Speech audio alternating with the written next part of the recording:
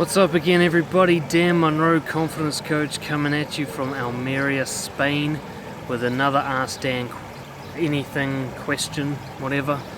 Actually, this one isn't a specific question from a specific person, but it's one that's come up many times with the people I've worked with, and it's to do with something called Oneitis. Now, the term Oneitis actually comes from the pickup artist community, and it's a reference to somebody who's basically developed an adult crush. So you know the kind of crush you have when you're a kid. You become obsessed with one girl or one boy, and you just love them to bits even though you've never really spoken to them or know anything about them. You just got a deep, burning, yearning love for them. Well, adults do this too, except it's a lot more kind of toxic and fucked up than the kid version. And it's something that people have come to call Oneitis. So Oneitis, it particularly occurs to guys with nice guy syndrome, and that is, there's an obsession over one person, and specifically one person that you're not actually romantically engaged with in any way.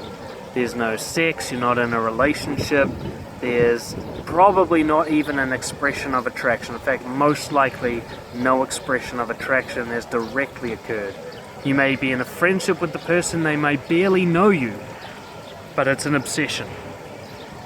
And what I want to talk about today is getting over Oneitis. I used to be a chronic, repetitive Oneitis offender.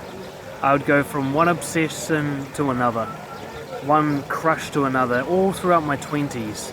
There was at least one girl a year who I was majorly crushing on, and nothing was ever going to come of that. And for the longest time, I just couldn't understand why this occurred. It never was a situation that went well for me. I'd fall in love, essentially, in a fucked up way with these girls who showed no interest in me in that way and never reciprocated, and all it was endless suffering. And what I also wasn't seeing is that because of my obsession with them, I was making no real effort and putting no energy into creating connections with any other girls. And this is Oneitis, and what I want to talk about today is how to notice when it's happening and how to overcome it. How to notice when it's happening is easy. You think somebody is special.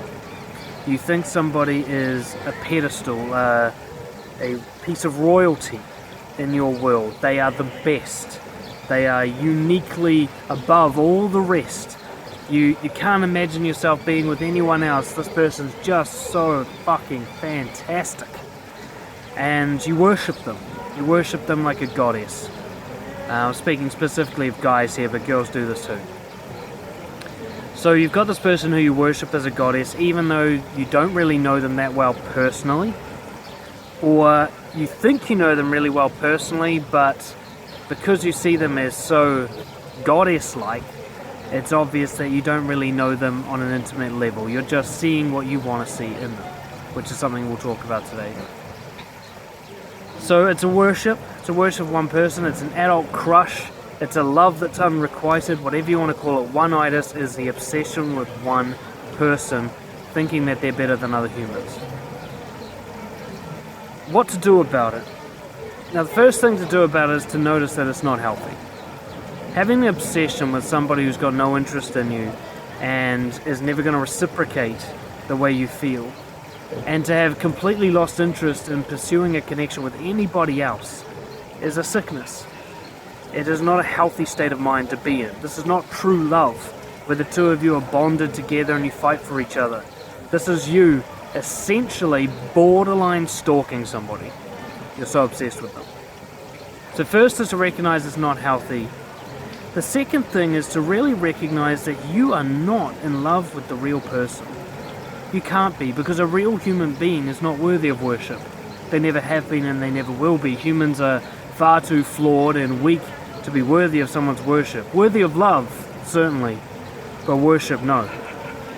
You can't worship a person, but you can worship an image of a person. You can worship the poster that you had on your wall when you were a teenage boy of Britney Spears without knowing that she was a fucking loop, right? You can worship what you want the person to be, and then you project that onto the person and end up worshipping the person themselves. See, one of the things that you'll see with somebody who has one-itis is a pattern of it. There'll be maybe 1 or 2 different girls per year. Maybe it's that kind of frequency, where this obsession moves from one host body to another. I call it the demon, from one host to another. So 2014, I have a one-itis over some girl. 2015, it's a different girl. When the first girl becomes unavailable, gets a boyfriend, that's usually a breaker. And on. I keep developing a new obsession for a new crush for a new girl, but it's the same old obsession. It's just the same demon, but in a different host body. My neediness for this ideal girl is getting projected onto one girl at a time. The girl it's getting projected onto, she's actually a complete mystery to me. I don't know what she's really like. Other people question my obsession with her. They think, but she treats you like shit, or she's not that great. I mean, she's pretty or whatever, but she's not that awesome a person. Why do you worship her? They don't see what I see because they're seeing her, and I'm seeing my demon. I'm seeing my obsession projected onto her, my idealized woman projected onto her.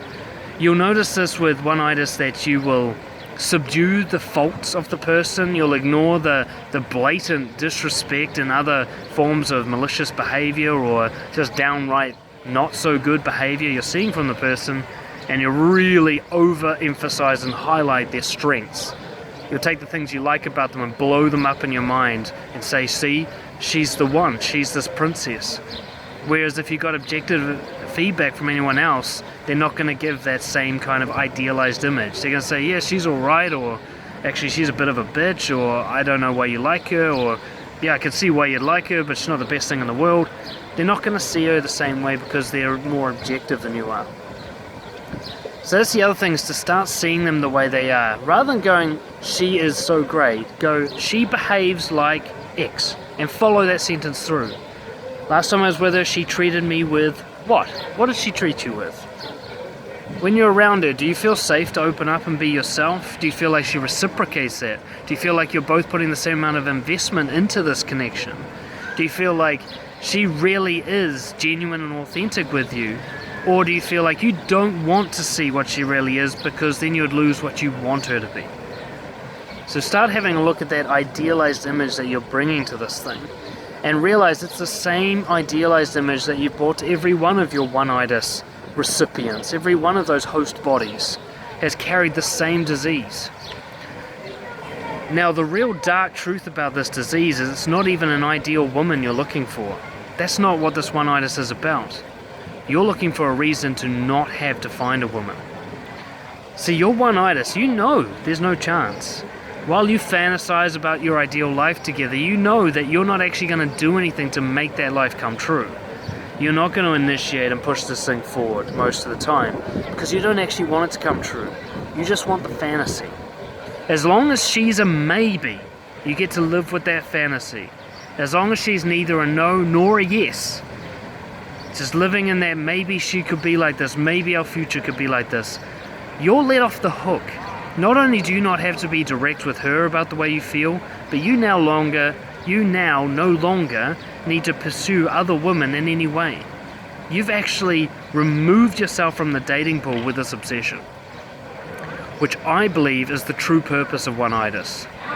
The real reason one-itis exists is to prevent you from having to engage in creating a real, vulnerable, and what you might think of as dangerous connection with a genuine human being.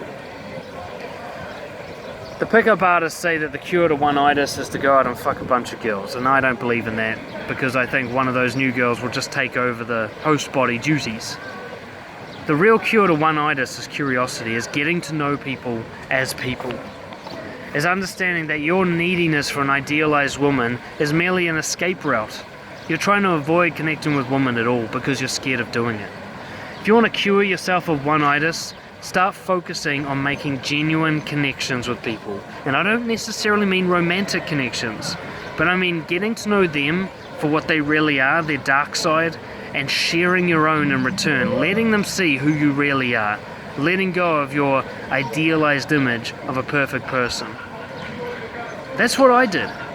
And the more, for me, it really started, I was living with a bunch of attractive girls, the kind of girls that I could have easily gone one-itis on. And I had to smell the toilet after they had been there, and I had to see them complain about things that annoyed me, and I had to see them, you know, leave hair in the sink plug hole or whatever, and I started to see that they were real people, that they weren't perfect goddesses or princesses, they were just humans like me. Some of their shit annoyed me, some of their shit I loved, and everything in between. And then I started to see all people like this, and I realized there was no person worthy of a pedestal. That the only time I can put someone on a pedestal is when I'm creating a vision of them that doesn't exist, and it's based on a template that came long before they even arrived, and I've just projected that onto them. And I started to let go of that because I started to let go of the idea that I have to be perfect, that I'll find someone who will save me from having to be vulnerable and raw and authentic, and that actually I'm going to have to do that. I'm going to have to be an imperfect person for someone else, and they'll be an imperfect person for me, and that's how we'll connect. So I don't even know where I'm really going with this. Just understand that if you're obsessed with one person, there's nothing healthy about that. That's not natural. In a sense, it is natural because a lot of people do it, but it's not really that person that you're obsessed with. You're obsessed with your idealized image so that you can avoid having to connect with a real person. It's like porn instead of real sex. So get out there and start having some real sex, have some real connections with people. See them for what they really are, and this one-itis thing will cure itself. If you want more on seeing the truth about people, check out my book, Nothing to Lose. It's all about letting go of these fantasies and these stories and illusions that we live by, and living in real reality, I guess you'd call it. And of course, send your questions through dan@brojo.co.nz if you want me to go on a rant about your particular issue. And I'll see you guys all next time. Peace.